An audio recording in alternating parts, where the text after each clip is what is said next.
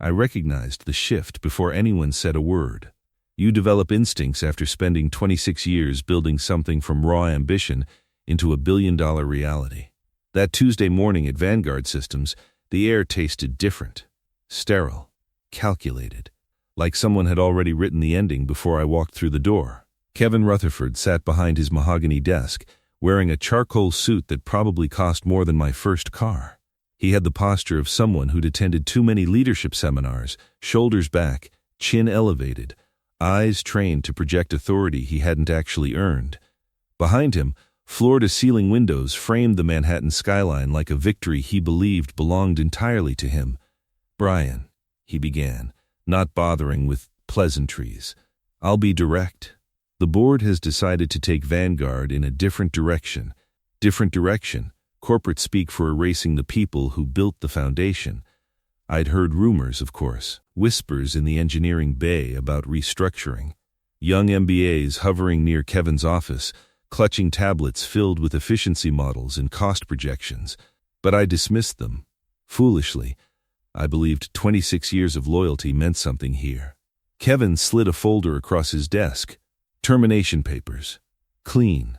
Clinical, already signed by HR. "You've been instrumental to our past," he continued, using that tone reserved for museum exhibits. "But Vanguard needs leadership that understands modern agility.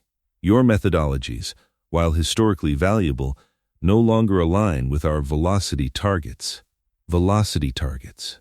I'd built the quantum encryption processor that powered every system Vanguard sold to governments worldwide.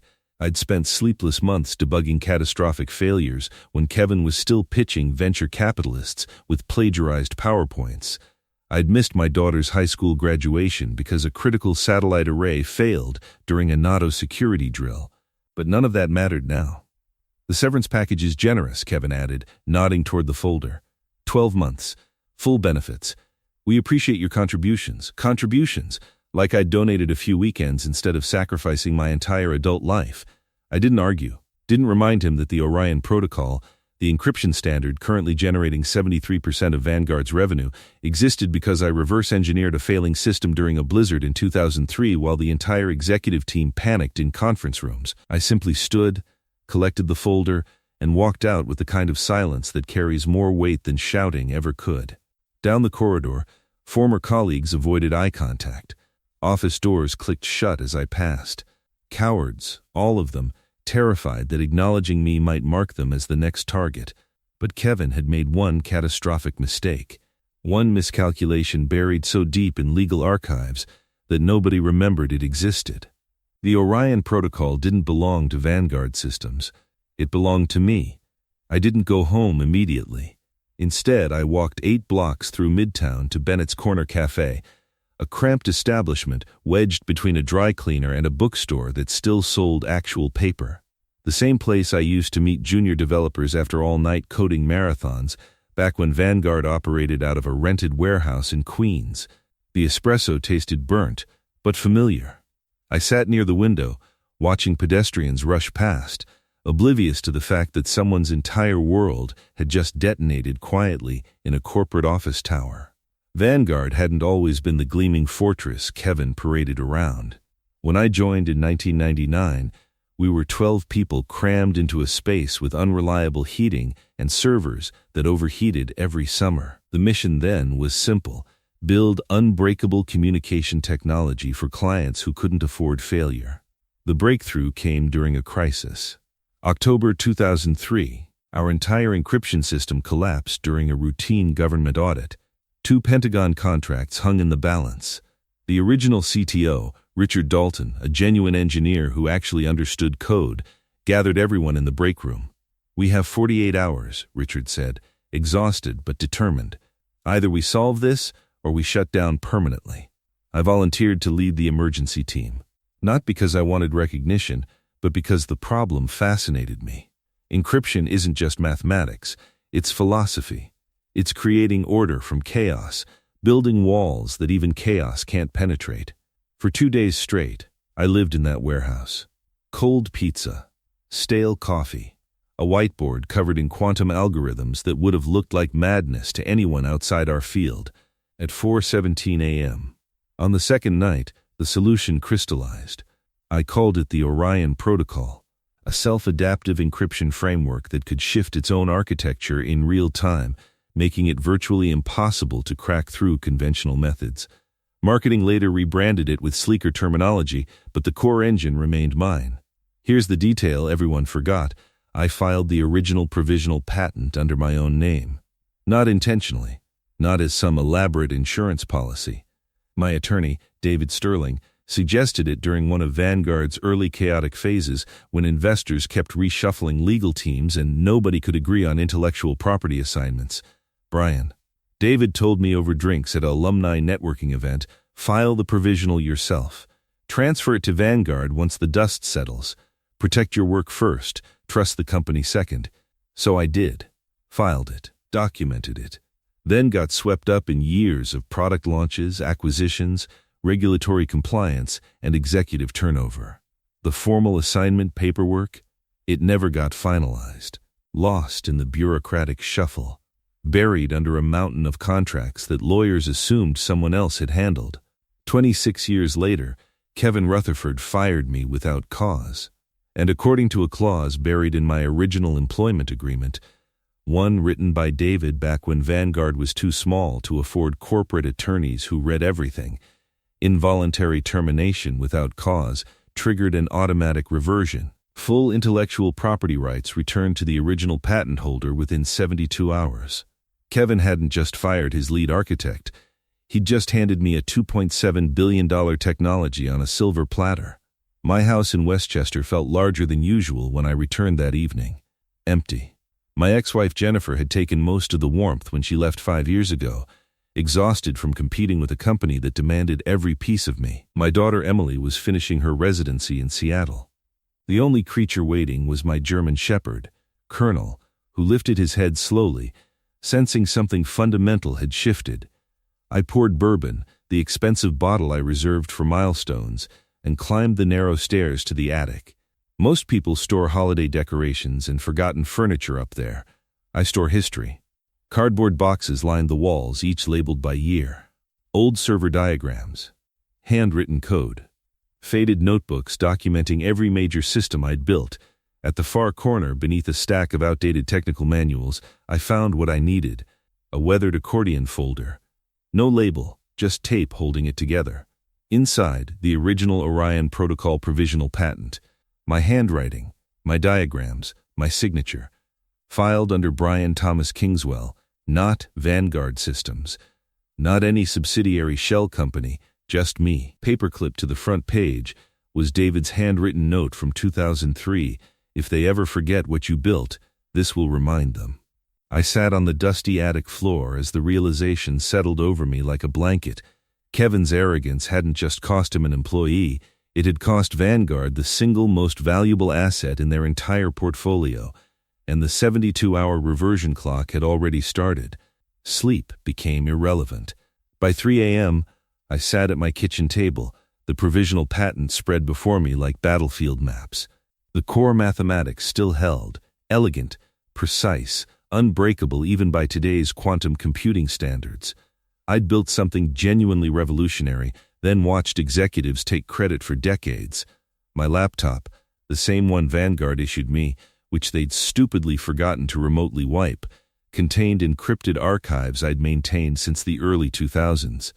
Legal correspondence, David's emails, system diagrams, and one file labeled reversion_protocol_template.docx.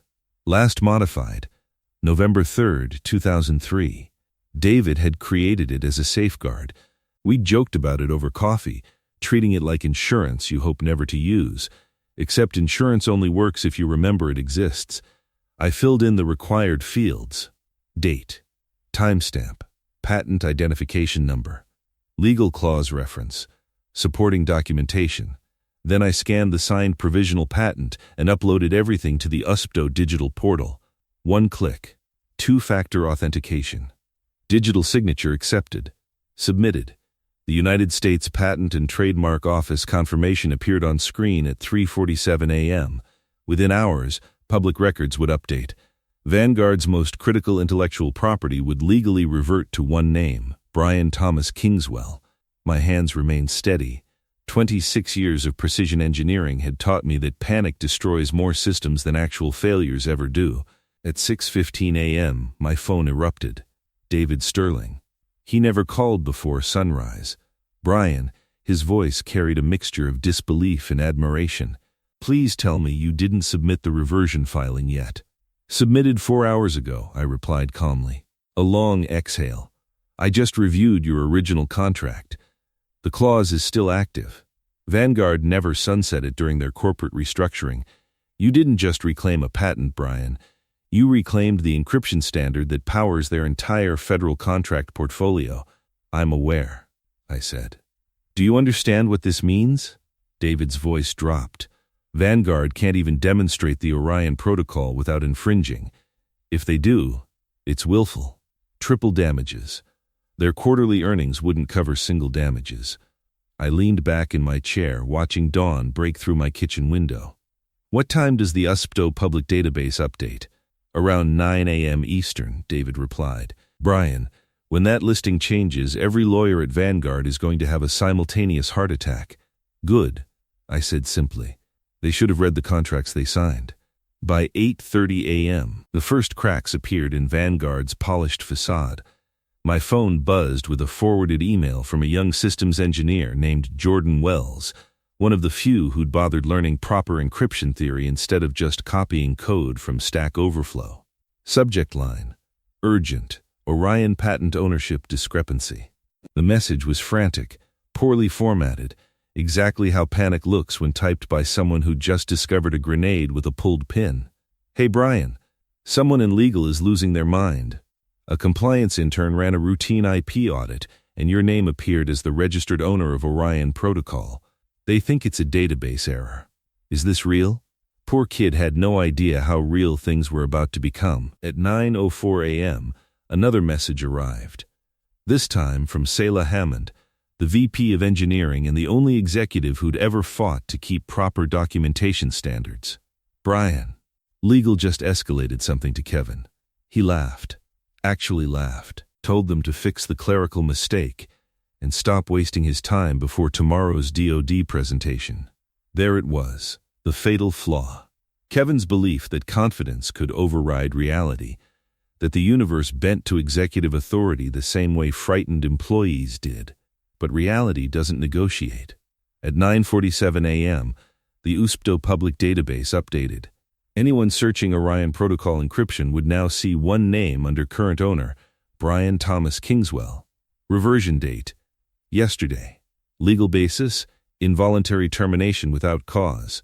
Irrefutable. Unavoidable. Catastrophic. My phone buzzed again. Selah, legal just pulled the original filing. They verified the clause. Someone is running the numbers on what happens if tomorrow's DoD demo uses your IP without authorization. Brian, what the hell did you do? What did I do? I followed the rules Vanguard wrote, then forgot existed. At 10:23 a.m., a message arrived from someone unexpected. Zara Reynolds, board liaison and corporate analyst, someone who never spoke but always listened. Brian, did you file something with the USPTO? There's internal chaos, but Kevin insists you're bluffing. Bluffing! Of course Kevin would frame his own negligence as theater. I typed back, no bluff, just enforcement of contractual obligations. Her reply came instantly. The board is meeting with Kevin at 2 p.m. They have the legal memo. He never told them he fired you. Perfect. The board still believed Vanguard's lead encryption architect was employed. When they discovered Kevin had terminated the inventor of their core technology, the explosion would be spectacular. I didn't attend the 2 p.m. board meeting. I didn't need to. Selah kept me updated with messages that painted a picture clearer than any live stream could. 2:14 p.m. Kevin just walked in like he owns the room. Told the board legal is overreacting. 2:31 p.m. board chair just pulled up the USPTO listing. Your name is showing publicly. Kevin's face went white. 2:49 p.m. They're asking Kevin why the inventor of Vanguard's primary revenue generator is no longer employed here. I could visualize it perfectly. Kevin, polished but cracking. The board, silent and furious. Legal counsel sweating through expensive suits. The CTO, Andrew Preston, doing mental calculations on how long before federal contracts evaporated.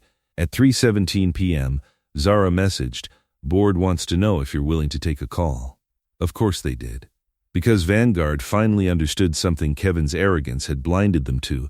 The person they thought was replaceable was the only person who could prevent total collapse. The call came at 4:05 p.m. Board Chairman Harrison Whitfield, a man who'd built his reputation on never personally contacting anyone below executive level. "Brian," his voice carried, forced calm. "We've reviewed the patent documentation.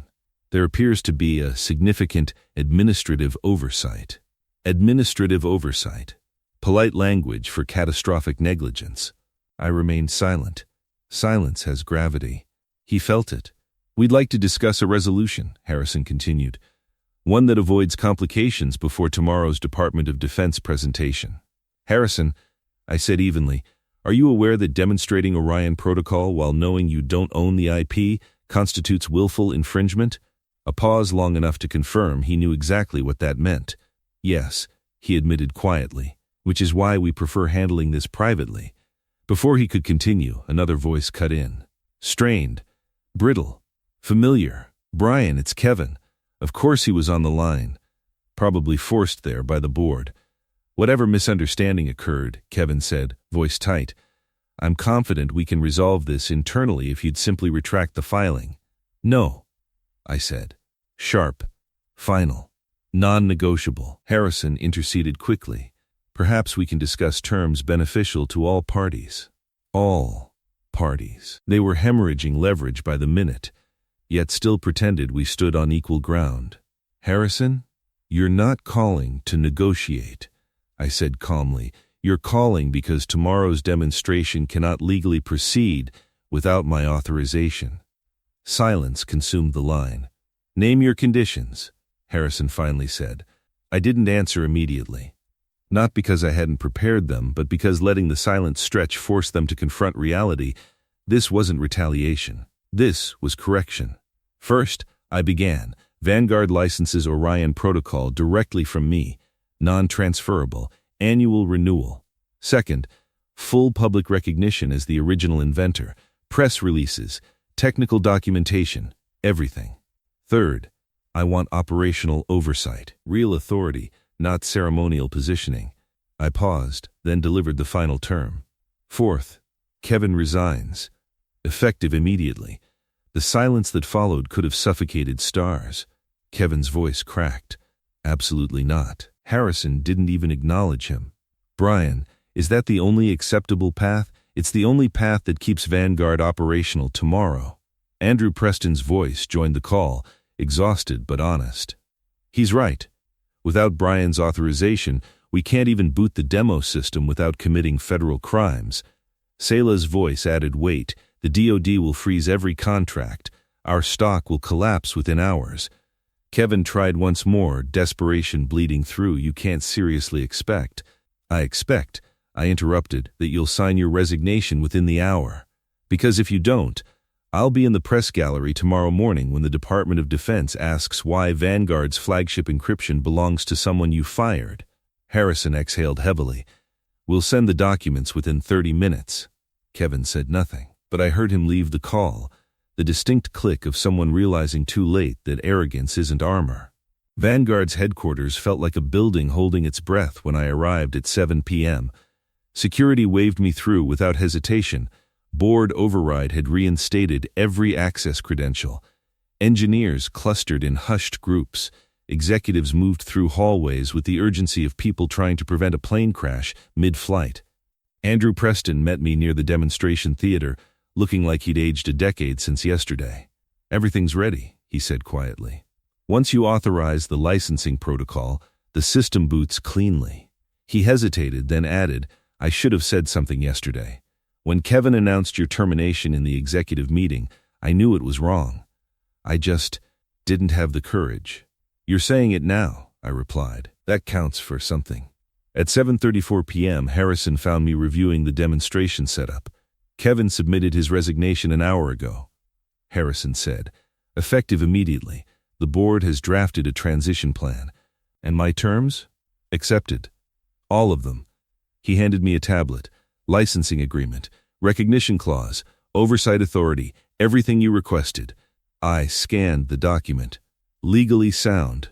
No hidden clauses, no corporate sleight of hand. I signed. The demonstration system beeped softly. Authorization accepted. Orion protocol licensed. System ready. Harrison watched the screen, then looked at me. Brian, I need you to understand something. The board never wanted you gone. Kevin acted unilaterally. We didn't know until the legal memo landed. Then the board should have been paying closer attention, I said simply. He nodded slowly, accepting the rebuke. Starting Monday, you'll have a permanent seat in strategic planning sessions. Full voting privileges. The engineering division reports directly to you. And Kevin? Escorted out 2 hours ago. He's done. I felt no satisfaction, no triumph, just the quiet click of a system finally aligning properly. Dawn arrived cold and precise. The Department of Defense sent 12 officials, each carrying security clearances that could end careers with a single memo. They filled the front rows of Vanguard's demonstration theater, notebooks open, expressions unreadable. I arrived at 8:15 a.m. wearing the same suit I'd worn to 1,000 technical presentations. My security badge, dead for 2 days, now granted access to every floor. Andrew stood near the main console, running final system checks. When he saw me, relief flooded his face. Ready? He asked. Always have been, I replied. At 8:50 a.m., Harrison addressed the room with practiced corporate warmth, thanking the DoD for their time, praising Vanguard's commitment to security innovation. Standard executive theater. But when he introduced me, something shifted. Ladies and gentlemen, Harrison said, I'd like to recognize Brian Kingswell, the original architect of the Orion Protocol and Vanguard's newly appointed Chief Technology Strategist. Applause rippled through the room. But more importantly, the DoD officials looked at me differently. They'd read the filing changes. They knew the truth. Andrew initiated the demonstration sequence. The console hummed to life. Blue light cascaded across display panels as the Orion Protocol activated. Self-adaptive encryption lattices, quantum-resistant key rotation, zero-latency failover systems. Everything I'd built. Everything that still carried my fingerprints in every line of code. Andrew walked the officials through each layer: real-time threat analysis, distributed authentication networks, emergency protocol overrides, flawless execution. But the DoD wasn't just watching the technology. They were watching me. After the demonstration concluded to genuine applause, a senior official approached. Admiral Patricia Donovan, head of the Pentagon's Cybersecurity Integration Task Force. Mr. Kingswell, she said, extending her hand. Impressive work. We'd like you to attend next month's Integration Summit. Not Vanguard's executives. You specifically. The inventor. I'd be honored, I replied. She leaned closer, voice dropping. Between us? We're glad you're back in control. Stability matters in our contracts. We trust engineers, not executives who don't understand what they're selling. As the DoD contingent filed out, Selah found me near the side exit. You did it, she said quietly. You saved the company. I corrected the company, I replied. There's a difference. By afternoon, Vanguard felt different. Not just because Kevin's office stood empty, or because engineering teams moved with renewed focus. The building itself seemed to exhale, releasing years of accumulated tension. I spent the day in technical planning sessions, reviewing encryption upgrades, authorizing research budgets that previous executives had slashed. Real work. Meaningful work. The kind that actually built things instead of just managing optics. At 4:30 p.m., Harrison stopped by my new office, a corner space with actual windows, not the basement cube I'd occupied for 2 decades. The board finalized everything, he said, handing me a formal letter. Chief Technology Strategist. Board advisory seat. Full operational authority over encryption development. And Brian? Yes? Thank you for not destroying us. You could have. I looked at the letter, then at him. I didn't build Orion Protocol to destroy things, Harrison. I built it to protect them. That includes this company, despite its flaws. He nodded, understanding settling across his features. Kevin's replacement starts next month. Former DARPA director. Actual technical background. Someone who understands that engineers aren't replaceable assets. Good, I said simply. After Harrison left, I sat in the quiet office, watching the city stretch out below. My phone buzzed. A message from Emily, my daughter. Dad, saw the news about your promotion. I'm proud of you. Maybe we can actually have dinner now that you're not working 80-hour weeks? I smiled. Typed back, I'd like that. How's next weekend? For the first time in decades, I meant it. Monday arrived with unusual clarity. I assembled Vanguard's core engineering team in the main conference room, 23 people who actually understood quantum encryption theory, not just buzzwords from TED Talks. Here's what changes. I began without preamble. No more 60-hour sprints to meet arbitrary deadlines set by executives who don't understand development cycles. No more cutting corners because someone promised features we can't deliver safely. No more patching catastrophic flaws that should have been caught in design phases. I pulled up a technical roadmap on the main screen. We're rebuilding properly. Orion Protocol Generation 2. Quantum resistant from the ground up. Adaptive threat modeling. Decentralized authentication architecture. We do this right, or we don't do it at all. Jordan Wells, the young engineer who'd first spotted the patent discrepancy, raised his hand tentatively.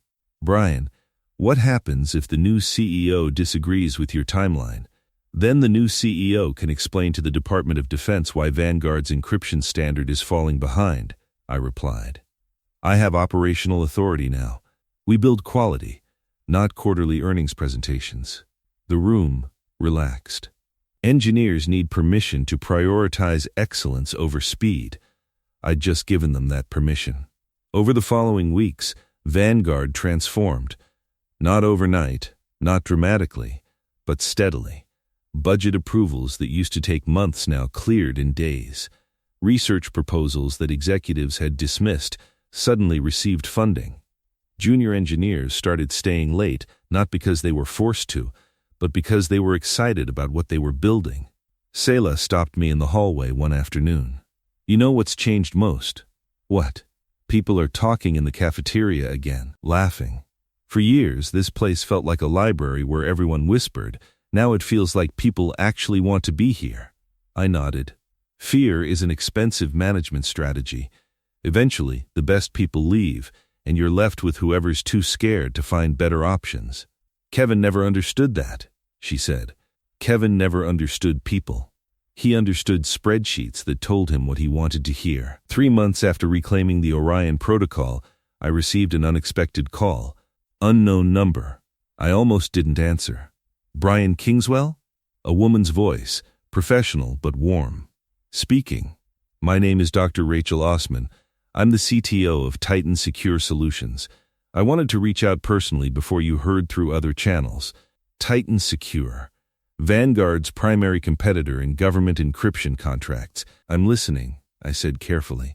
We've been following your situation closely, Rachel continued. The patent reversion.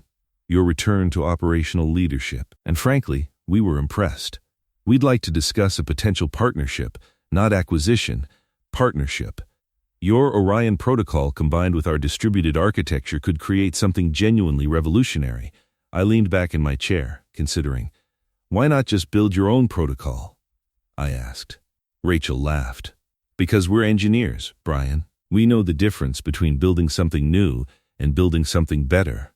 You already built something better. Why waste 3 years and $50 million duplicating it poorly? Honesty. Refreshing. What kind of partnership? I asked. Joint development. Shared licensing. We bring our distribution network and federal relationships. You bring Orion's core architecture. We split revenue, co-author papers, build something that makes both companies stronger instead of fighting over scraps. I thought about it. The old Brian would have dismissed this immediately, loyal to Vanguard above all else.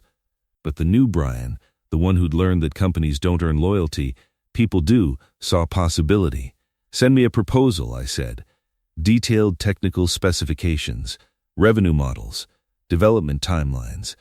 I'll review it. You'll have it by Friday, Rachel promised. After the call ended, I sat quietly, processing.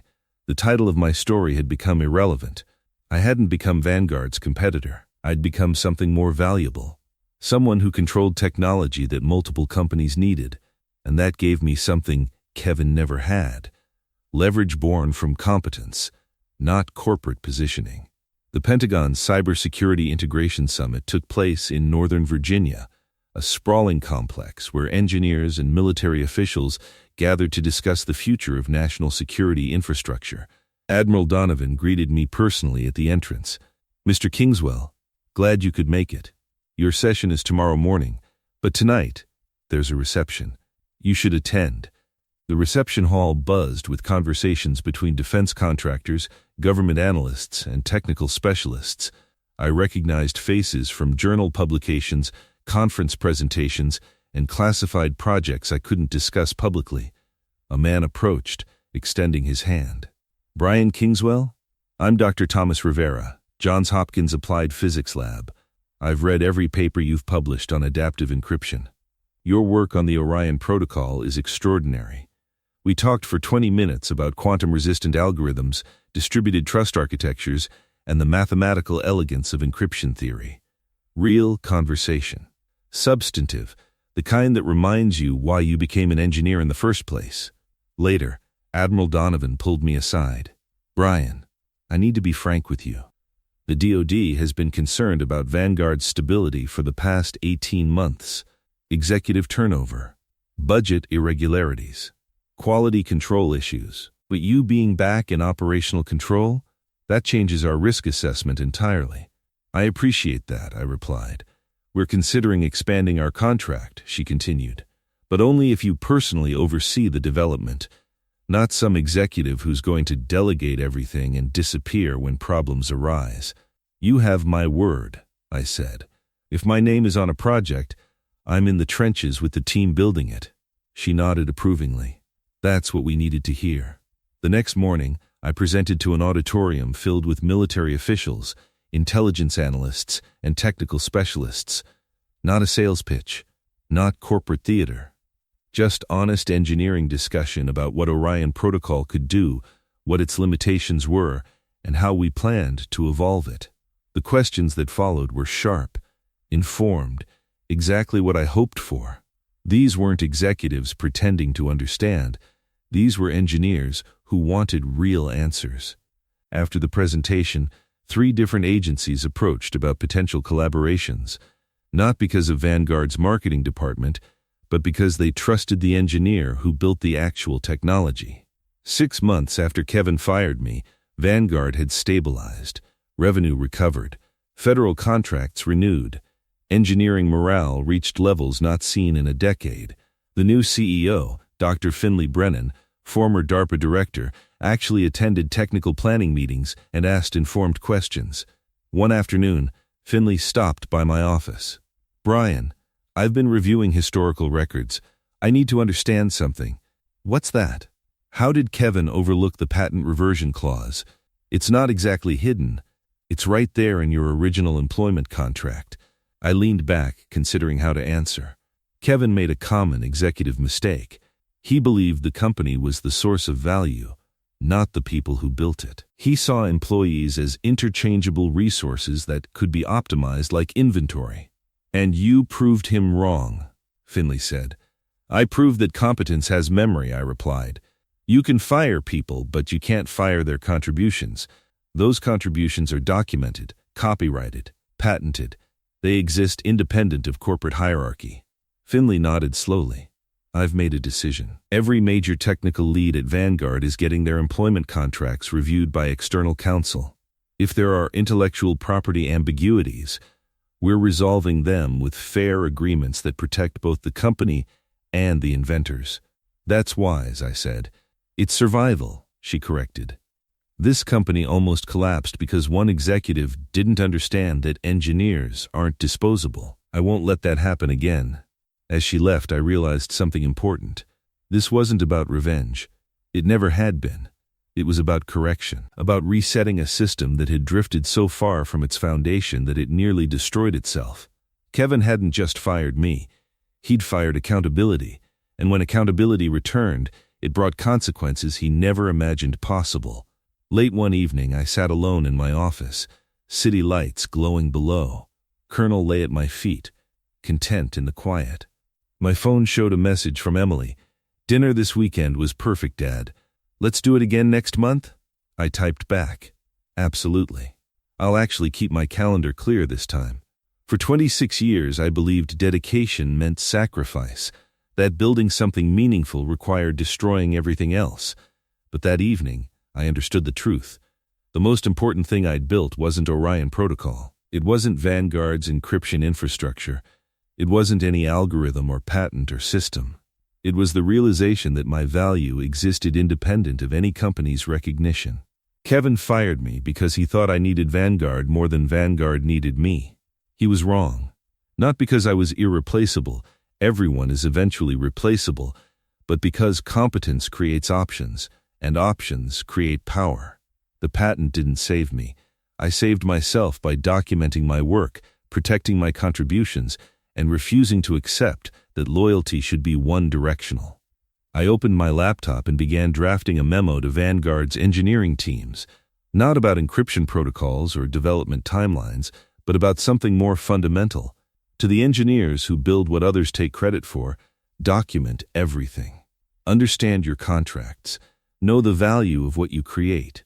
Companies will forget your contributions the moment they become inconvenient. Your job is to ensure the legal system doesn't. I sent it. Within minutes, responses flooded back. Thank you messages. Questions about intellectual property protection. Requests for advice on contract negotiations. A generation of engineers learning what I'd learned the hard way. Respect is earned, but protection is documented. 1 year after Kevin fired me, Vanguard announced record revenue. Federal contracts expanded. New partnerships emerged. Engineering retention reached 94%, unheard of in the tech sector. Admiral Donovan sent a personal message, "Brian, your team's work on Orion Gen 2 is exceptional. The DoD is recommending you for the National Security Innovation Award. Congratulations." I forwarded it to the engineering team with a simple note, "This belongs to all of you. Well done." Because here's what I finally understood. Individuals create breakthroughs, but teams sustain them. My mistake for 26 years was believing I had to carry everything alone. Kevin's mistake was believing he could take credit for everything while contributing nothing. The truth lived somewhere between those extremes. Selah knocked on my office door. "Got a minute?" "Always." She sat down, holding a tablet. Titan Secure finalized the partnership proposal. Joint development. Shared licensing. They're offering fair terms. I reviewed the numbers. Equitable revenue split. Clear intellectual property boundaries. Collaborative development structure. "What do you think?" Selah asked. "I think competition is expensive," I replied, "and collaboration is profitable." Finley agrees. She's ready to sign if you approve. I looked at the proposal one more time, then nodded. Let's build something better together. As Selah left, I stood at the window, watching the city move below. Somewhere out there, someone else was being underestimated, overlooked, dismissed as expendable. I hoped they were documenting everything. I hoped they understood their value. I hoped they knew that sometimes the best thing a company can do is remind you that you were never theirs to lose. You were always your own. If you've made it this far, maybe you've experienced something similar. A moment when someone tried to erase your value, only to discover they never controlled it in the first place. Your contributions don't disappear when someone stops appreciating them. They wait, documented and patient, for the moment when truth matters more than hierarchy. Where are you listening from? What's your story? Share it in the comments below. And if this resonated with you, subscribe so you won't miss the next chapter. We're just getting started.